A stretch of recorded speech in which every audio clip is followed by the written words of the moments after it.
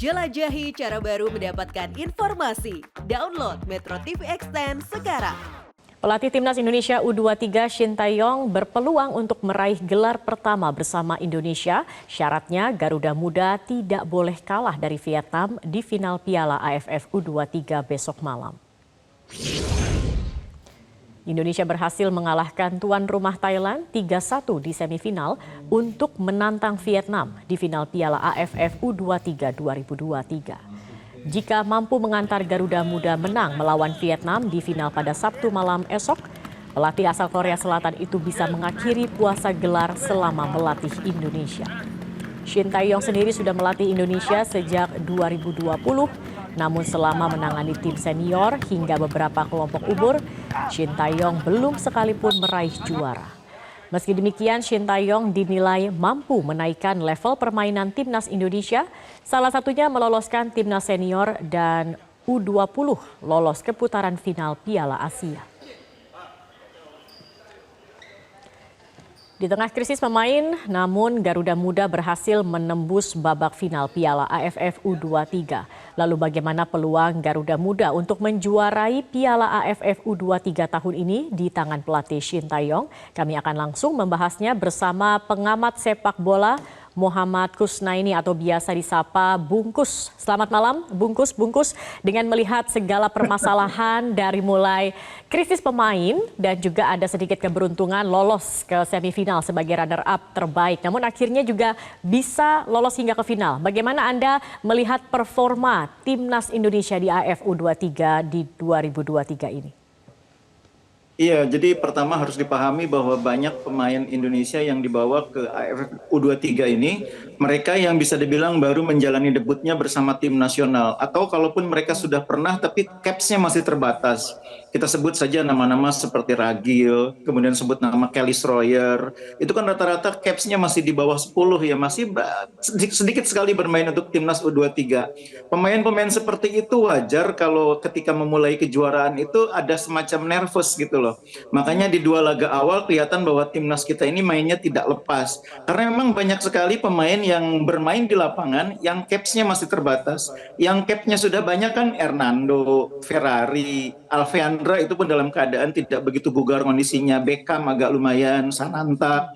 Tapi selebihnya pemain lain caps-nya masih terbatas. Jadi ada semacam demam panggung yang mereka alami di dua laga awal, yang untungnya di laga penentuan di semifinal berhasil diatasi, sehingga ketika mereka main di semifinal mainnya lebih normal, lebih lepas, kemampuan mereka lebih keluar, sama seperti ketika mereka main untuk klubnya di liga. Kan pemain-pemain ini dipilih menjadi pemain tim nasional karena main bagus di liga.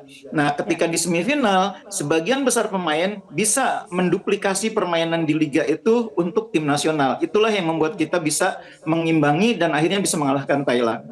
Oke, baik. Kemudian kalau kita melihat juga Shin Tae-yong ini akhirnya kan pecah telur begitu melawan Thailand dan membantu juga Indonesia menang di kandang Thailand sejak 38 tahun. Dan saat ini juga sudah diambang gelar perdana untuk Indonesia sejak 2020 menangani timnas Indonesia.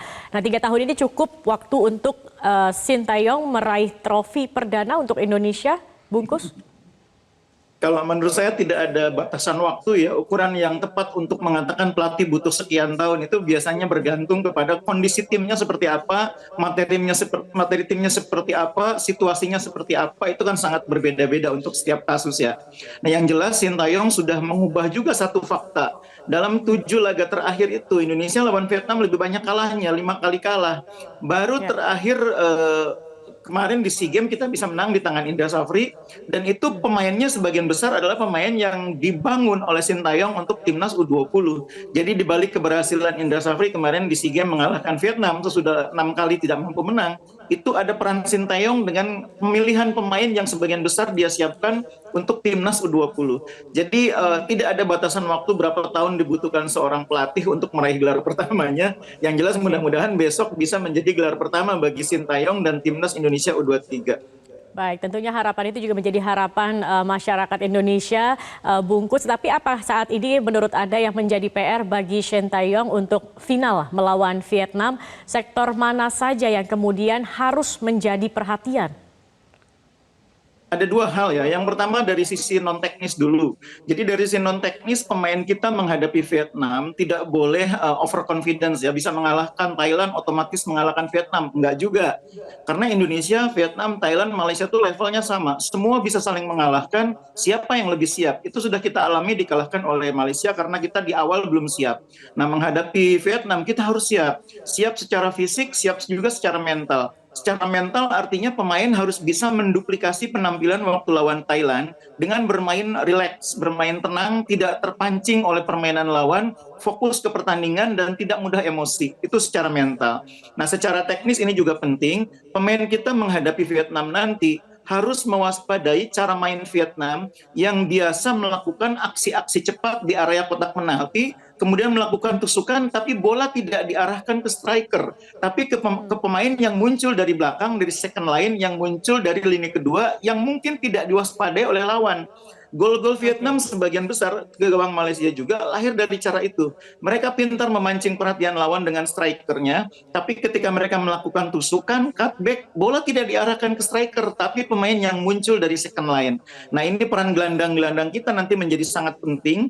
Ketika lawan melakukan serangan cepat seperti itu, gelandang kita harus support. Sehingga ada yang mengawasi pergerakan pemain Vietnam yang mungkin akan muncul dari second line. Itu secara teknis. Oke.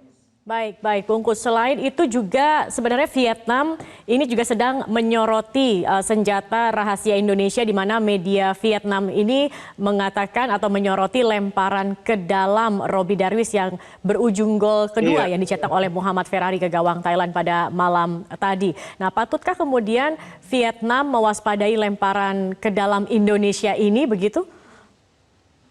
Harus, saya pikir kita sudah membuktikan waktu SEA Games kemarin kita punya Pratama Arhan. Di AFF U23 kali ini kita punya Robby Darwish. Bahkan kita masih punya Dewangga juga yang punya kemampuan serupa. Jadi dalam sepak bola modern, Anda dituntut harus mampu memberikan kejutan kepada lawan yang tidak diperhitungkan dalam skenario permainan lawan. Jadi apa yang dilakukan oleh Indonesia dengan memanfaatkan kemampuan lemparan ke dalam Robby Darwish, itu sesuatu yang tidak terantisipasi oleh para pemain belakang lawan. Kalau menghadapi situasi bola mati, tendangan penjuru, tendangan bebas, pemain Vietnam, pemain Thailand sudah terbiasa dengan cara seperti itu. Tapi cara melempar langsung ke dalam kotak penalti itu agak sulit diantisipasi memang oleh pemain belakang maupun kiper. Seringkali timbul chaos, kepanikan, dan itu yang kemudian dimanfaatkan oleh pemain-pemain kita. Nah, mudah-mudahan laga melawan Vietnam di final nanti ada momen-momen di mana Robby Darwish atau Dewangga punya kesempatan memberikan lemparan-lemparan maut semacam itu yang bisa dimanfaatkan oleh pemain lain. Oke, baik. Artinya memang kalau melihat ini dua-duanya saling mewaspadai, kalau Anda melihat antara Vietnam dan Indonesia, ini secara teknis juga sama-sama seimbang begitu Bungkus. Apa kemudian kalau bisa melihat begitu ya dampak dan juga mungkin prediksi juga Anda melihat dalam final esok akan seperti apa kekuatannya, dan kemudian mungkin ada prediksi skor juga Bungkus? Iya, kalau saya sih berharap Indonesia bisa menduplikasi yang saya bilang tadi, penampilan sebaik ketika menghadapi Thailand. Siap secara fisik, siap juga secara mental. Karena kalau sudah final itu, faktor mental bertanding kadang-kadang lebih menentukan dibanding kesiapan dari sisi yang lain, fisik maupun teknik. Nah, kalau kita main seperti ketika melawan Thailand, siap, mainnya rileks, mainnya percaya diri, tidak emosional, tidak terpancing, kita bisa mengalahkan Vietnam. Kemarin di SEA Games juga kita bisa mengalahkan Vietnam, cuma memang Vietnam ini dari segi kemampuan kan cukup merata ya, pemainnya rata-rata juga sudah bermain di Liga Vietnam. Jadi kalaupun menang, pasti menangnya itu akan tipis gitu loh. Jadi akan sangat sulit untuk menang seperti mengulangi skor lawan Thailand kemarin. Sangat tipis. Vietnam pasti juga sudah mengantisipasi Indonesia kok bikin kejutan lawan Thailand. Lawan Vietnam pun mereka berpikir Indonesia mungkin akan melakukan hal yang sama. Jadi mereka akan lebih siap. Nah, dalam situasi inilah saya pikir kita harus sangat penting bisa memanfaatkan peluang, tidak terlalu banyak buang-buang peluang. Striker-striker kita, pemain depan kita, entah itu Sananta, Beckham, Ragil, atau siapapun yang dimainkan, harus lebih efektif memanfaatkan peluang. Karena mungkin peluangnya tidak sebanyak ketika menghadapi Thailand ataupun di fase grup.